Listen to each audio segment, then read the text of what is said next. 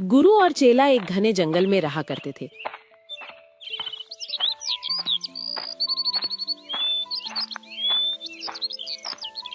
वो जानवरों के दुख दर्द को अपनी चमत्कारी मंत्रों से दूर करते थे। बाबा, मैं अपने पैरों पर खड़ी नहीं हो पाती हूँ। कृपया करके कुछ ऐसा चमत्कार करो जिससे मैं अपने दोनों पैरों पर खड़ी हो जाऊँ। क्योंकि बाबा, मैं अपने पैरों से चलकर पूरी दुनिया घूमना चाहती हूँ। तू चिंता मत कर, हम और गुरुजी इसीलिए तो बैठे हैं ताकि हम तुम्हारे जैसे बीमार और अपाहिजों का इलाज कर सकें। तुझको ज्यादा कुछ नहीं करना। गुरुजी अपने मंत्र को बोलेंगे, वही मंत्र तुमको दोहराना है और फिर तुम ठीक हो जाओगे। हाँ बाबा, जल्दी बताओ क्या है वो मंत्र। मैं आपके साथ उस मंत्र को जरूर बोलूंगी। जल्दी कीजिए बाबा। जल्दी का काम शैतान का होता है, इसीलिए बेटा तुम चिंता मत करो। हम तुम्हारी टांगों का इलाज जरूर करेंगे। बस तुमको हमारे साथ एक मंत्र बोलना है। तुम तैयार हो ना? हाँ बाबा, मैं तो बहुत पहले से तैयार हूँ। बोलो, क्या है वो मंत्र? भूत या केले के पेड़ पर भूत केला खा जा और झट से बकरी के पैरों में जान आ जा। अरे, ये कैसा अजीब सा मंत्र है। खैर, कोई नहीं, बोल लेती हूँ। क्या पता गुरुजी का मंत्र काम ही कर जाए। और बकरी ने जैसे ही गुरुजी के साथ उस मंत्र को बोला तो बकरी एकदम से अपने दोनों पैरों पर खड़ी हो गई। अरे वाह, चमत्कार हो गया गुरुजी, चमत्कार हो गया गुरुजी। देखो, मैं अपने दोनों पैरों पर खड़ी हूँ। चमत्कार हो गया गुरुजी। देखो, चेले में गुरुजी के मंत्रों से ठीक हो गई। मैं अपने दोनों पैरों पर खड़ी हूँ। ये तो होना ही था। मुझको तो अपने गुरुजी के मंत्रों पर पूर्ण भरोसा था। जाओ, अब तुम अपने सपने को साकार करो। तुमको दुनिया देखने का शौक था ना, जाओ दुनिया देखो। महाराज, आपको कुछ दक्षिणा या पैसे चाहिए? तुमने ऐसा बोलकर हमारे गुरुजी का अपमान किया है। पूरा जंगल जानता है कि हमारे गुरुजी सभी जानवरों की सेवा निःशुल्क करते हैं और तुम हमारे गुरुजी की चमत्कारी शक्तियों और भक्ति को खरीदने की कोशिश कर रही हो, वो भी चंद पैसों से। नहीं, मेरा वो मतलब नहीं था। शांत हो जाओ चेले, जैसा तुम सोच रहे हो ऐसा कुछ भी नहीं है। बकरी तो सिर्फ हमको दक्षिणा दे रही थी। क्षमा करना गुरुजी, मुझे लगा कि वो तुमको घूस दे रही है। अच्छा बाबा, अब मैं चलती हूँ। इतना बोलकर बकरी वहाँ से निकल गई। वो दोनों गुरु चेले जानवरों की मुफ्त में सेवा करते थे। किसी भी जानवर से एक भी पैसा नहीं लेते थे। इसी वजह से गुरुजी पर थोड़ा सा कर्ज भी था। अरे महाराज, आपको पता है आपके जंगल के जानवर आपसे ज्यादा उस गुरुजी को मान्यता दे रहे हैं। वो जानवरों की सेवा करता है और बीमार कमजोर जानवरों को हष्ट पुष्ट कर देता है और उनसे पैसे भी नहीं लेता। अच्छा, बड़ा दानी बन रहा है आजकल। अगर वो जानवरों से पैसे नहीं लेगा तो मेरे लिए हुए पैसे कैसे वापस करेगा? आखिर उसने मुझसे कर्जा जूले रखा है, उसको कहाँ से चुकाएगा? क्या आपका सच में उस फकीर पर कर्जा है? अगर आपका उस पर कर्ज है तो महाराज उसको तुरंत बुलाओ और उसकी पूरे तरीके से बेइज्जती करके भेजो। और अगर वो पैसे ना दे तो जिन जानवरों के बीच में उसने अपनी इज्जत बना रखी है उनके सामने जाकर उसकी इज्जत को तार तार कर दो। तुम्हारी ये योजना हमको बहुत पसंद आई। हम ऐसा ही करेंगे। जिस तरह से तुम हमको सूझबूझ दे रहे हो, हम तुमको महामंत्री बनाने का भी विचार करेंगे। शुक्रिया महाराज, शुक्रिया। ये तो आपका बड़प्पन है जो आप मेरे बारे में ऐसा बोल रहे हैं। तुम हमारा एक काम करो, उस ढोंगी गुरु के पास जाओ और उससे बोल दो कि जंगल की महाराज ने तुमको याद किया है। शेर सिंह का आदेश मिलते ही कालू सियार गुरु चेले के पास गया। गुरुजी को मेरा प्रणाम। चिरंजीव भवा। कहो कालू, तुम्हारा कैसे आना हुआ? वो आना क्या गुरुजी, महाराज से आपने जो कर्ज ले रखा है उसी के लिए महाराज ने मुझे आपके पास भेजा है कि आप उस कर्जा को लौटा दो। ठीक है कालू, अभी तो मेरे पास पैसे नहीं हैं, लेकिन कुछ समय के बाद मेरे पास पैसे आएंगे, तब मैं तुम्हारे राजा का कर्जा चुका दूंगा। लेकिन गुरुजी, महाराज ने मुझसे कहा था अगर तुमको गुरुजी पैसे ना दें तो उनको मेरे पास ले आना, वो वहीं आपसे बात करेंगे। इसीलिए आप मेरे साथ चलो गुरुजी। ठीक है, जैसा तुमको और तुम्हारे महाराज को उचित लगे, चलो। और गुरुजी कालू सियार के साथ चले गए।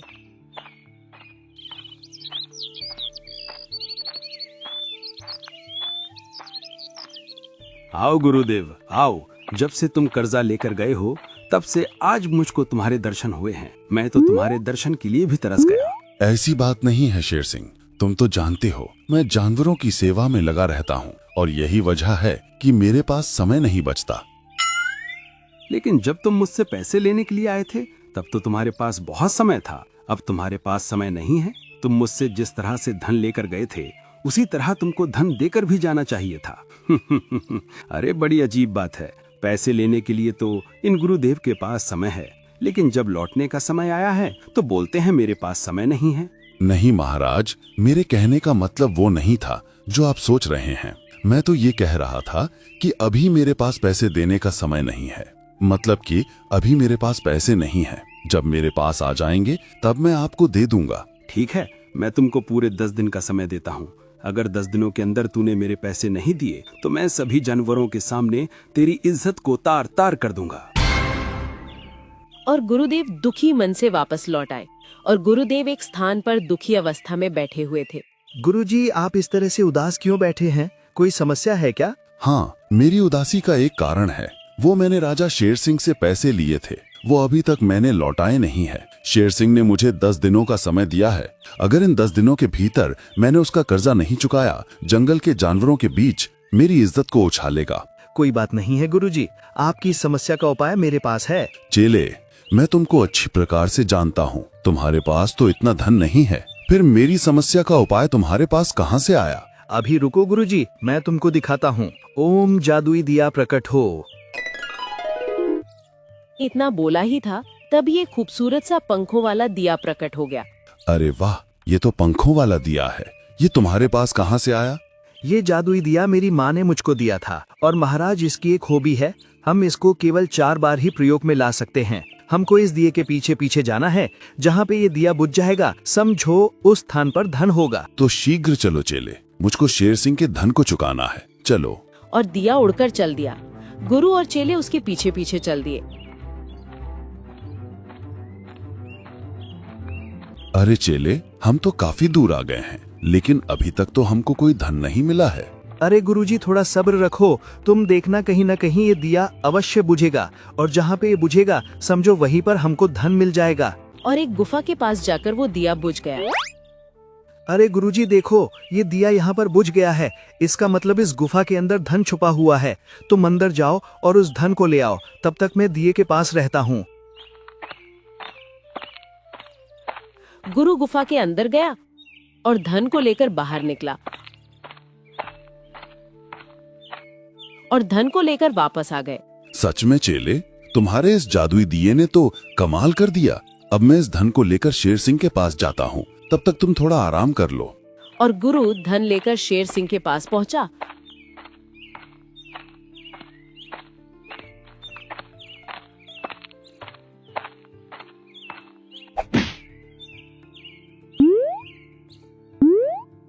ये लो शेर सिंह, मैं तुम्हारे कर्ज की रकम लौटाने आया हूँ। पूरा जोड़ लो, ब्याज सहित। अरे वाह, तुम्हारे पास कल तक एक फूटी कौड़ी तक नहीं थी और मैंने तुमको 10 दिन का टाइम दिया था, लेकिन तुम तो 8 दिन पहले ही आ गए। कहीं डकैती डाली है या कोई गुप्त खजाना हाथ लग गया? शेर सिंह, छोड़ो ये फालतू की बातें और तुम अपना धन बताओ कितना हुआ है। अरे गुरुजी, मुझसे ज्यादा तो पढ़े लिखे आप ही हो।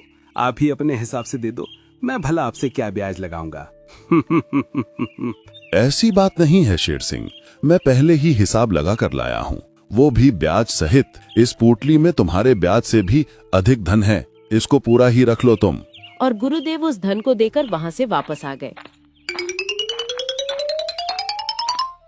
अरे कालू, जरा पता तो कर यार, इन दोनों के पास कल तक एक फूटी कौड़ी नहीं थी और अब इनके पास इतना धन आ गया कि ये ब्याज से भी अधिक रकम हमको देकर गए हैं। यार, इतना पैसा कहाँ से आ गया इनके पास? अरे हाँ महाराज, यही तो मैं सोच रहा हूँ कि आखिर इतना पैसा कहाँ से आ गया इनके पास। अरे ज्यादा मत सोच, जाकर इन पर निगरानी रख। आखिर ये क्या करते हैं और कहाँ जाते हैं और कहाँ से इन पर इतना पैसा आ रहा है। जल्दी जा। गुरुजी, अभी हम इस जादुई दिए का 3 बार और प्रयोग कर सकते हैं। एक काम करते हैं गुरुजी, क्यों ना हम इससे 2 बार धन निकाल लें और 1 बार इस पर छोड़ दें, तब हमको जरूरत पड़ेगी तब ले लेंगे। और कालू सियार उनकी निगरानी करने में लग गया। ठीक है चेले, जैसा तुमको उचित लगे ऐसा करो। और चेला जादुई दिए को जलाकर उसके पीछे पीछे चल दिया।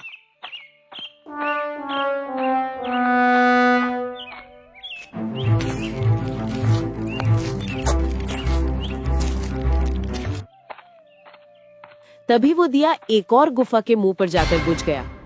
अच्छा, तो इसके अंदर धन छुपा हुआ है, अभी जाकर लेकर आता हूँ।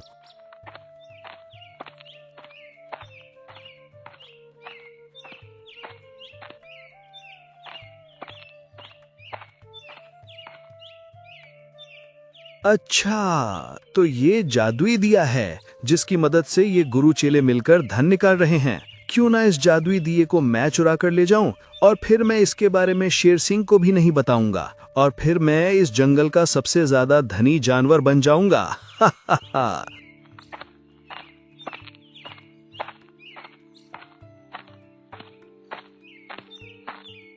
और वो चेला धन को लेकर निकला और गुरु के पास आ गया। ये देखो गुरुदेव, मैं इस जादुई दिए की मदद से कितना सारा धन लेकर आया हूँ। अगर हम बैठकर पूरे जीवन भर इसको खाएं तब भी ये धन खत्म नहीं होगा।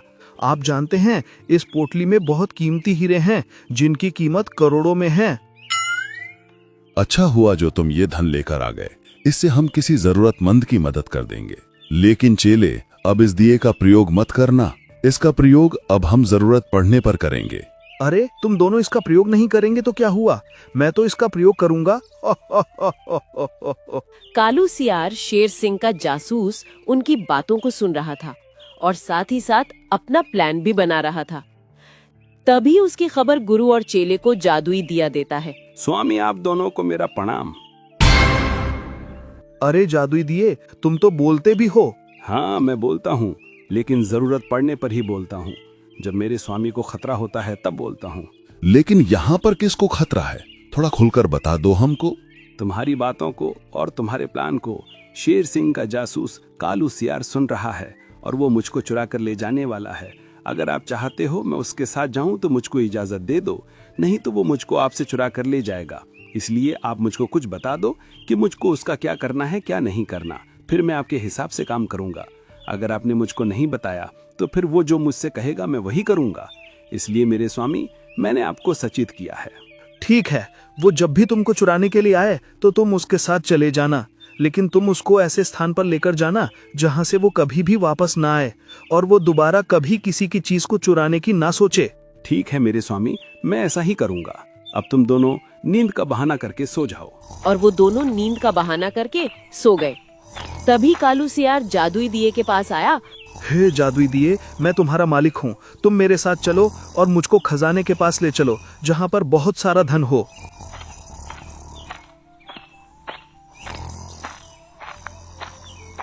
और जादुई दिया ने उसको भी एक गुफा के पास ले गया और वो उस गुफा में अंदर चला गया।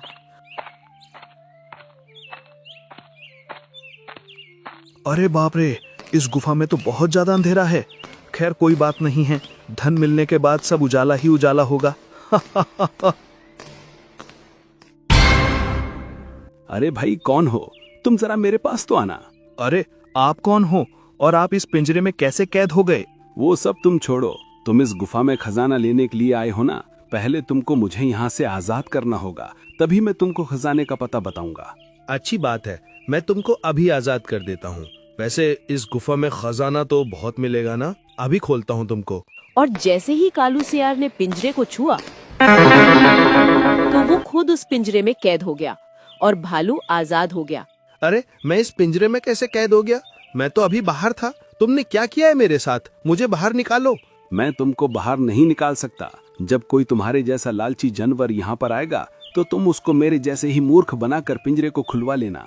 वो इसमें कैद हो जाएगा और तुम बाहर निकल जाओगे। यही तो चला रहा है बरसों से। जो कोई लालची जानवर यहाँ पर आता है वो यहीं पर कैद हो जाता है। मैं भी तुम्हारी तरह यहाँ पर खजाने के लालच में आया था। अब आजाद होकर मुझको बहुत अच्छा लग रहा है। अरे शेर सिंह के बच्चे, कहाँ फंसा दिया तूने मुझको?